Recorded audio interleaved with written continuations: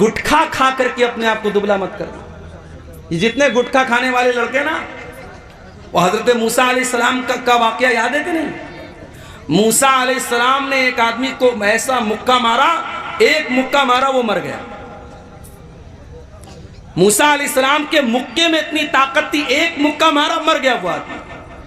اور آج کل ہمارا نوجوان گٹکھا کھا کھا کر کے اتنا کمزور ہو چکا ہے کہ وہ کسی کو مکہ مارے گا تو خود ہی گر جائے گا. تو گٹکھا کھا کر کے اپنے آپ کو برباد مت کرو. بعض لوگ کہتے ہیں صاحب گٹکا حرام نہیں ہے، تمباکو حرام نہیں ہے، بیڑی حرام نہیں ہے. کیوں حرام نہیں ہے؟ کہتے مکروہ ہے. تمباکو اور بیڑی اور سگریٹ اور گٹکھا کو جو لوگ مکروہ کہتے ہیں وہ دین کا مذاق اڑاتے ہیں. کیونکہ گٹکھا، تمباکو، بیڑی، سگریٹ، کھینی، یہ تمام چیزیں آپ کے شریر کو برباد کر رہی ہیں، اور جو چیزیں آپ کے شریر کو برباد کرے وہ حرام ہیں، وہ مکروہ نہیں ہے. معاف کیجیے، مکروہ کس کو بولتے ہیں؟ ایک سوال ابھی میرے پاس ہے، میری جیب میں پرچی رکھی ہوئی ہے. ایک صاحب نے سوال کیا، مولوی صاحب ذرا اس مسئلے کو بیان کر دیجئے گا کہ ایک آدمی جنگیہ پہن کر اور گمچھا رکھ کر کے سال کی سال نماز پڑھاتا ہے اور مسئلہ بیان کرتا ہے کہ نماز ہو جائے گی. دیکھو، نماز ہو جائے گی ایک الگ مسئلہ ہے، اور نماز اسی حالت میں پڑھنی چاہیے الگ مسئلہ ہے. نماز آپ جب پڑھیں تو بہترین لباس میں پڑھیں. جو لباس آپ عزت دار کا جو لباس ہے، جو آپ کہیں جاتے ہیں جو لباس پہن کے جاتے ہیں، وہ لباس آپ پہن کر کے نماز پڑھیں. کسی کے یہاں شادی میں جانا ہو، آپ جنگیہ پہن کے اور گمچھا رکھ کر کے جائیں گے کیا؟ نہیں جائیں گے. آپ پردھان جی اپنے گھر پہ آپ کو بلائیں گے، آپ بہترین سفید کرتا پائجامہ پہن کر، خوشبو لگا کر، تیل لگا کر کے سج سمر کے جائیں گے کیا آپ جنگیہ پہن کر اور گمچھا رکھ کر کے؟ نماز پڑھنے جا رہے ہو، اللہ کی عبادت کرنے جا رہے ہو، اور گمچھا رکھ کر کے اور جنگیہ پہن کر کے نماز پڑھ رہے ہو، یہ مناسب نہیں ہے میرے بھائی. مکروہ اس عمل کو کہتے ہیں جو مستحب کے خلاف ہو. مثال کے طور پر مسجد میں آپ جاتے ہیں، مستحب یہ ہے کہ پہلے داہنا پیر اندر ڈالیں اور پھر بایاں پیر اندر ڈالیں، اور مکروہ یہ ہے کہ آپ پہلے بایاں ڈالیں اور بعد میں دایاں ڈالیں. یہ مکروہ ہے. جو چیز حرام ہے، سگریٹ، بیڑی، تمباکو، یہ سب چیزیں حرام ہیں، یہ مکروہ نہیں ہے. معاف کیجیے گا. عبداللہ بن مسعود رضی اللہ تعالیٰ عنہ بہت دبلے پتلے تھے. ایک بار وہ پیڑ پہ چڑھ کر کے مسواک توڑ رہے تھے. اتنے دبلے پتلے تھے کہ ان کی پتلی پتلی ٹانگیں ہوا میں لہرا رہی تھی، اور صحابہ کرام دیکھ کر کے ہنس رہے تھے کہ دیکھو عبداللہ کی ٹانگیں کتنی پتلی پتلی ہیں. اللہ کے نبی نے پوچھا کیوں ہنس رہے ہو؟ کہا اے اللہ کے نبی ذرا دیکھیے عبداللہ کی ٹانگیں کتنی پتلی پتلی. آپ نے فرمایا کہ تم عبداللہ کی ٹانگوں کو پتلا سمجھ کر کے مذاق اڑا رہے ہو. لہما اسقلان علی المیزان من احد، اللہ کی قسم عبداللہ کی یہ پتلی پتلی ٹانگ قیامت کے دن ترازو کے اوپر احد پہاڑ سے زیادہ وزندار ہوں گی. اللہ کے آپ کا کیریکٹر تولا جائے گا، آپ کا ایمان تولا جائے گا، آپ کا عمل تولا جائے گا. اگر آپ فزیکلی کمزور بھی ہیں میرے بھائیوں، اللہ کے اس کی ویلیو نہیں ہے. عبداللہ بن مسعود بہت دبلے پتلے تھے مگر آواز بہت اچھی تھی. قرآن پڑھتے تھے، اتنا بہترین قرآن پڑھتے تھے. اللہ کے نبی فرماتے ہیں جس کو قرآن بالکل تازہ تازہ سننا ہو، بالکل فریش فریش سننا ہو، وہ عبداللہ بن مسعود سے قرآن سننا. اللہ کے نبی فرماتے ہیں عبداللہ اقرا علی القرآن، مجھے قرآن پڑھ کر کے سناؤ. بخاری کی روایت ہے. حضرت عبداللہ کہتے ہیں اللہ کے نبی میں آپ کو قرآن کیسے پڑھ کے سناؤں؟ یہ قرآن تو آپ ہی کے اوپر اترا ہے، آپ ہی کے اوپر نازل ہوا ہے، میں آپ کو قرآن کیسے پڑھ کے سناؤں؟ آپ نے فرمایا اے عبداللہ میں آج دوسرے کے منہ سے قرآن سننا چاہتا ہوں. حضرت عبداللہ کہتے ہیں میں قرآن پڑھنے لگا. قرآن پڑھتے پڑھتے سورہ نساء کی تلاوت کرنے لگا. سورہ نساء پڑھنے لگا. اللہ کے نبی غور سے سن رہے ہیں، میں قرآن پڑھتا چلا جا رہا ہوں. قرآن پڑھتے پڑھتے جب میں سورہ نساء کی اس آیت پر پہنچا، فَكَيْفَ إِذَا جِئْنَا مِنْ كُلِّ أُمَّةٍ بِشَهِيدٍ وَجِئْنَا بِكَ عَلَىٰ هَٰؤُلَاءِ شَهِيدًا. اے نبی اس وقت کو یاد کیجئے جب ہم تمام لوگوں پر آپ کو گواہ بنا کے لائیں گے، ہر امت میں اس کے نبی کو گواہ بنائیں گے، اور آپ کی امت کے اوپر آپ کو گواہ بنائیں گے۔ جب اس آیت پر میں پہنچا ہوں، حضرت عبداللہ کہتے ہیں اللہ کے نبی نے فرمایا اے عبداللہ بس کرو، روک دو تلاوت روک دو۔ کہتے میں نے نظریں ڈال کر کے دیکھا فَإِذَا عَيْنَاهُ تَذْرِفَانِ، اللہ کے نبی کی دونوں آنکھوں سے آنسو بہ رہے ہیں، اللہ کے نبی رو رہے ہیں، اللہ کے نبی کی دونوں آنکھوں سے آنسو بہ رہے ہیں۔ آپ کے کندھے پر قیامت کے دن جو ذمہ داری ڈالی جائے گی، اس ذمہ داری کا احساس کر کے اللہ کے نبی رو رہے ہیں۔ نبی کو اپنی ذمہ داری کا احساس ہے، ہمیں اور آپ کو اپنی ذمہ داری کا کوئی احساس نہیں۔ جوان بیٹی رات کو 2-2 بجے تک آن لائن ہے، چیٹنگ کر رہی ہے، ماں کو کوئی فرق نہیں پڑ رہا ہے، باپ کو کوئی فرق نہیں پڑ رہا ہے، نہ ماں کو اپنی ذمہ داری یاد ہے، نہ باپ کو اپنی ذمہ داری یاد ہے۔ جوان لڑکی بے پردہ گھر سے بن کر کے، سنور کر کے، میک اپ کر کے، اپنے جسم کی نمائش کر کے نکلتی ہے، اور ماں 70 سال کی ماں بیچاری چادر اوڑھ کر کے، نقاب اوڑھ کے نکلتی ہے، اور 20 سال کی چھوکری کھلے عام گھوم رہی ہے۔ میری پیاری ماں اور بہنوں، اگر اللہ نے آپ کو بیٹی کی ماں بنایا ہے، اگر آپ کو بیٹی کا باپ بنایا ہے، اگر آپ بیٹی والے ہیں، اگر آپ صاحب اولاد ہیں، تو یہ اولاد بہت بڑی ذمہ داری ہے۔ اس ذمہ داری کا احساس اپنے اندر پیدا کیجئے۔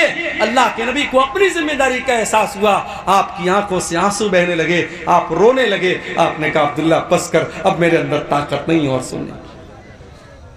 صحابہ کرام تو قرآن سنتے تھے رونے لگتے تھے، قرآن پڑھتے تھے تو رونے لگتے تھے۔ حضرت عائشہ کو دیکھو، حضرت عائشہ چاشت کی نماز پڑھ رہی ہیں۔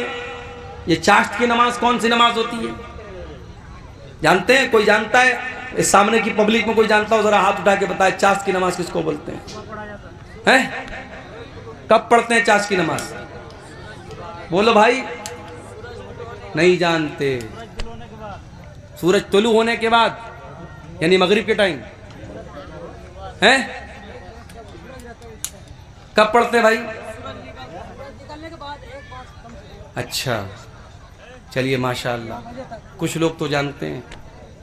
میں کبھی کبھی سوچتا ہوں اتنے جلسے ہو رہے ہیں سیمانچل میں، عبد الغفار صاحب تو بیچارے ٹائم کم دیتے ہیں، جو دوسرے مقررین ہیں، بہت سارے مقررین 1 مہینہ کنٹینیو آپ یہاں پروگرام کرتے ہیں، لیکن میں دیکھتا ہوں کہ جو برائی کا لیول ہے، جو لا علمی کا لیول ہے، وہ برابر بڑھ ہی رہا ہے۔ بے نمازی برابر بے نمازی ہو رہے ہیں، نشہ کرنے والے برابر نشہ کر رہے ہیں، بے پردگی کرنے والی عورتیں بے پردگی کر رہی ہیں۔ اب تو حالات یہ ہے کہ مسجد کی زمینوں پر ناجائز قبضہ ہو رہا ہے، قبرستان کی زمینوں پر ناجائز قبضہ ہو رہا ہے۔ ہم حکومتوں کو کیا بولیں گے؟ ہم پرشاسن کو کیا بولیں گے؟ آج اپنی وقف کی ہوئی زمین کو بھی مسلمان خود ہڑپنے کے لیے تیار ہے۔ میرے بھائیوں، جلسے کراتے ہو تو کم سے کم اپنے دینی لیول میں، اپنے نالج لیول میں بھی اضافہ کیجئے۔ حضرت عائشہ چاشت کی نماز پڑھ رہی تھی۔ چاشت کی نماز کب پڑھی جاتی ہے؟ مسئلہ یاد رکھیے، چاشت کی نماز پڑھنے کا 2 ٹائم ہے۔ ایک تو سورج نکلنے کے 15-20 منٹ کے بعد، جب سورج ایک نیزہ بلند ہو جاتا ہے، اس ٹائم بھی چاشت کی نماز پڑھ سکتے ہیں۔ اور دوسرا ٹائم تھوڑا اور لیٹ، جب تھوڑی سورج کی تپش اور بڑھ جائے، اور وہ ٹائم ایسا آ جائے کہ اونٹ کے بچے اگر دھوپ میں کھڑے ہیں تو ان کا پیر دھوپ سے جلنے لگے، آپ کہہ سکتے ہیں 8 بجے 9 بجے کے قریب کا جو ٹائم ہوتا ہے وہ بھی چاشت کا ٹائم ہوتا ہے۔ چاشت کی نماز 2 رکعت بھی پڑھ سکتے ہیں، 4 رکعت بھی پڑھ سکتے ہیں۔ چاشت کی نماز کی بڑی فضیلت ہے۔ چاشت کی نماز اگر آپ پڑھیں گے 2 رکعت نماز، تو اللہ کے نبی فرماتے ہیں کہ آپ کے بدن کے ہر جوڑ کی طرف سے صدقہ ہو جائے گا۔ آپ غریب ہیں، صدقہ نہیں کر سکتے، دان نہیں کر سکتے، 2 رکعت آپ چاشت کی نماز پڑھ لیجئے، آپ کے بدن میں جتنے جوڑ ہیں، جتنی ہڈیاں ہیں، ہر ہڈی اور ہر جوڑ کی طرف سے اللہ تعالیٰ صدقہ اور دان آپ کا قبول کر لے گا۔ یہ بڑی فضیلت ہے اس نماز کی۔ حضرت عائشہ یہ نماز پڑھ رہی تھی، حضرت عائشہ یہ نماز پڑھ رہی ہیں۔ ان کے بھائی کا بیٹا، یعنی ان کا بھتیجا، وہ ان سے ملنے کے لیے آیا، جس کا نام قاسم بن محمد تھا۔ اس نے دیکھا میری پھوپھی جان نماز پڑھ رہی ہیں، اس نے دیکھا کہ پھوپھی جان نماز پڑھ رہی ہیں اور سورہ طور کی تلاوت کر رہی ہیں، اور سورہ طور کی یہ آیت حضرت عائشہ کی زبان پر جاری ہے۔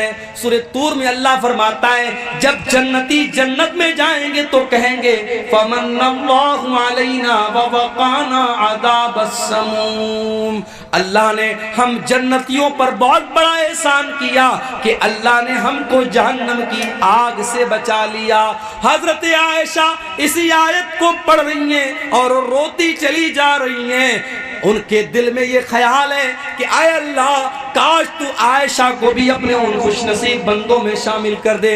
ان کے بھتیجے قاسم بن محمد کہتے ہیں میں نے دیکھا کہ پھوپھی جان سورہ طور کی یہ آیت پڑھ رہی ہیں اور رو رہی ہیں، میں وہاں سے مارکیٹ چلا گیا، میں وہاں سے بازار چلا گیا، میں نے اپنا سودا سلب لیا اور بہت دیر کے بعد میں واپس آیا۔ میں نے کیا دیکھا؟ میں نے دیکھا کہ میری پھوپھی جان اسی حالت میں کھڑی ہیں اور اسی آیت کو ریپیٹ کر رہی ہیں اور رو رہی ہیں اور پڑھ رہی ہیں فَمَنَّ اللَّهُ عَلَيْنَا وَوَقَانَا عَذَابَ السَّمُومِ۔ یہ تھی نبی کی بیوی جو قرآن کو پڑھتے ہوئے رو رہی ہیں، قرآن ان کے دلوں پر اثر کرتا تھا۔ میرے بھائی آج تو ہم کٹھور دل کے لوگ ہو گئے، قبرستان میں مردے کو دفنانے جاتے ہیں وہاں پر بھی ہا ہا کر کے ہنستے رہتے ہیں، قبرستان میں کھڑے ہو کر کے ہم دنیا کی باتیں کرتے ہیں، پالیٹکس کی باتیں کرتے ہیں، راجنیتی کی باتیں کرتے ہیں، جبکہ اللہ کے پیارے نبی جب قبرستان جایا کرتے تھے، انصاری صحابی کا جنازہ ہے، جنازے کو قبر میں اتارا جا رہا ہے، اللہ کے نبی قبر کے کنارے بیٹھے ہوئے اور آپ کے صحابہ بھی آپ کے آس پاس بیٹھے ہوئے ہیں۔ آپ نے قبر کو دیکھا اور قبر میں اپنے صحابی کی لاش کو اترتے ہوئے دیکھا، اللہ کے نبی رونے لگے، فبکا، آپ کی آنکھوں سے آنسو بہنے لگے اور آپ بھی رونے لگے اور آپ کے آس پاس جتنے صحابہ تھے وہ سب رونے لگے، اور اللہ کے نبی اپنے صحابہ سے کہنے لگے لِمِثْلِ هَذَا فَأَعِدُوا یا اخوانی، اے میرے بھائیو، اے میرے صحابہ، اس قبر کی تیاری کرو، یہاں تم سب کو آنا ہے۔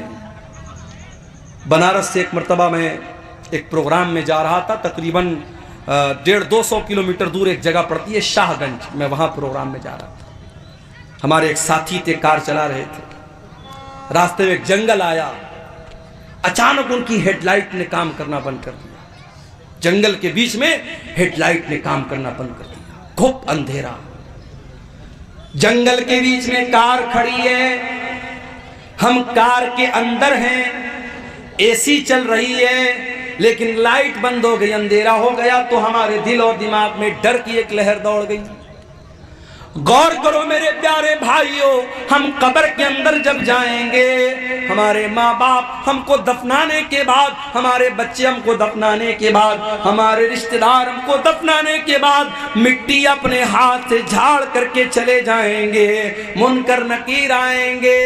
اس قبر کی تاریکی میں ہمارے پاس کوئی موبائل کا ٹارچ نہیں ہوگا جس کو ہم جلا سکیں، کوئی اے سی اور کولر نہیں ہوگا جس کی ہوا کھا سکیں، منکر نکیر آئیں گے اور 3 سوال کریں گے، من ربو کا، من نبیوں کا، ما دینوں کا۔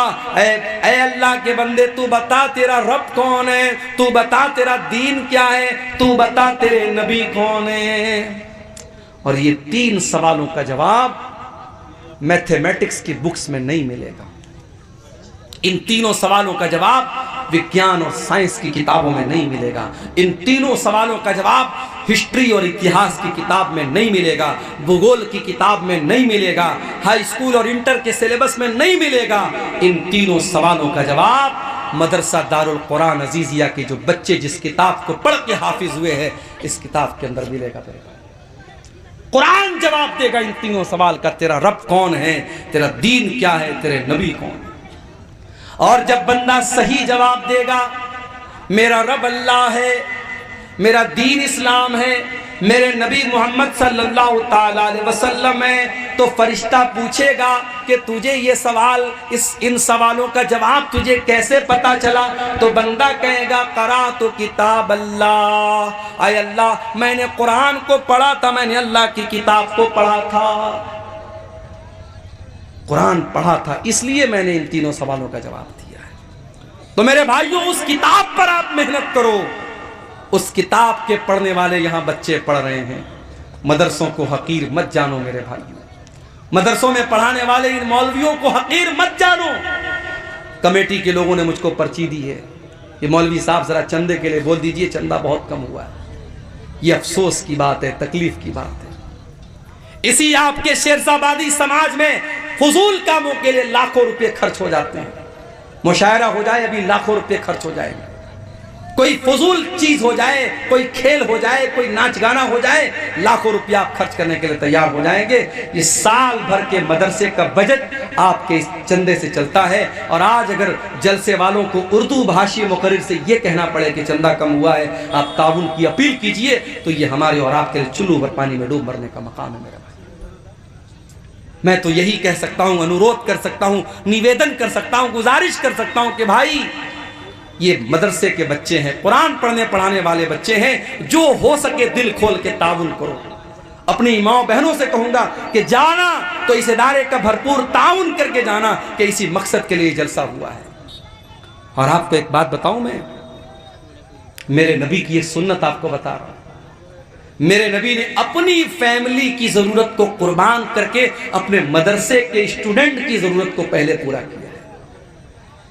آپ کی سب سے چھوٹی بیٹی جس کا نام فاطمہ تھا، ان کو پتہ لگا کہ میرے ابا کے پاس کچھ غلام آئے ہیں، کچھ نوکر آئے ہیں، کچھ لونڈیاں آئی ہیں، تو وہ اللہ کے نبی کے پاس آئی کہ کوئی ایک نوکر مجھ کو مل جائے، کوئی ایک نوکرانی مجھ کو مل جائے، میرے گھر کا کچھ کام آسان ہو جائے۔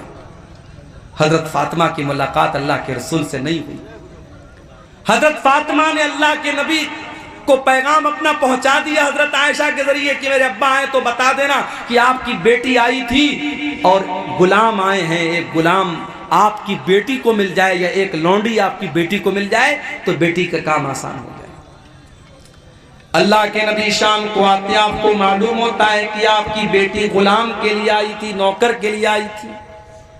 بخاری کے الفاظ، اللہ کے نبی شام کو اپنی بیٹی کے گھر پہنچتے ہیں۔